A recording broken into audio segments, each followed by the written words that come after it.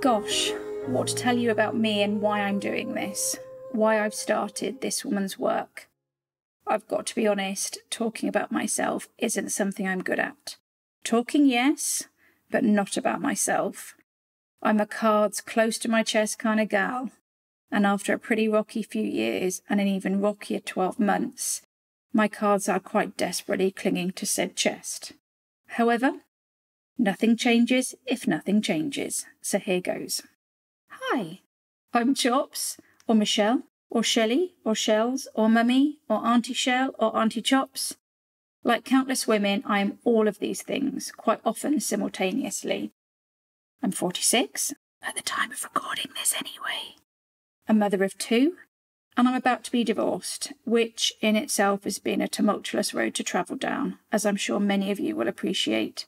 However, that part of me is a whole different story, perhaps for a whole different podcast. My background is brand marketing and strategy, having worked in media, retail, and a few other industries along the way.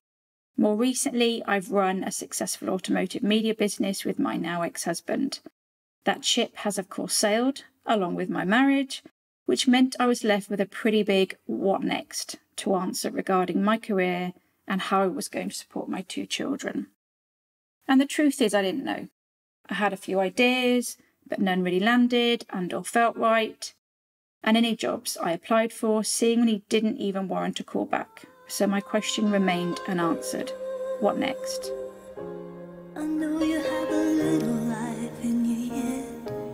I know you have a lot of strength left. I know you have a little life in you yet. I tried searching online, but didn't really know what to search for. I spoke to friends, but didn't really hear anything I didn't already know. I was stuck, and I really did feel stuck. I also felt really, really down, I can't lie. I felt like a failure, like someone who had been living for or through someone else for years and now couldn't live for herself. Thankfully, I was down but somehow not out. And one day I made the decision to invest some time and money into myself, and I booked onto a body camp in Mallorca. Oh yes, it was as vomit in your own mouth as you're imagining, particularly when I'd barely exercised in 2 years. However, it was exactly what I needed, and while hiking up the Mallorca mountains one day with my amazing group, I had the idea for This Woman's Work. By the time we'd reached the bottom, I had a plan for it, and I was psyched beyond belief. Of course, I then came home, back to the reality of being a single mum in need of a job, and I sat in it for a few months. I let doubt creep back in, I let my insecurities get the better of me, I questioned myself on a destructive scale. Would I be any good at this? How will I ever get people to listen to it, to me? How on earth would I do it all on my own?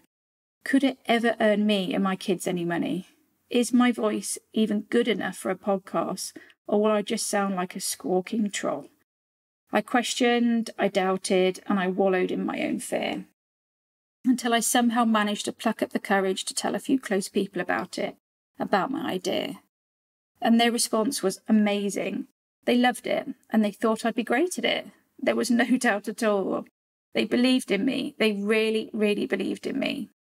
And their belief made me believe in myself. And in truth, that is what This Woman's Work is about. It's about believing in ourselves, believing in fresh starts, new beginnings, believing in our own capabilities, believing in our limitless possibilities and our opportunities to discover. It's about believing we really can do anything.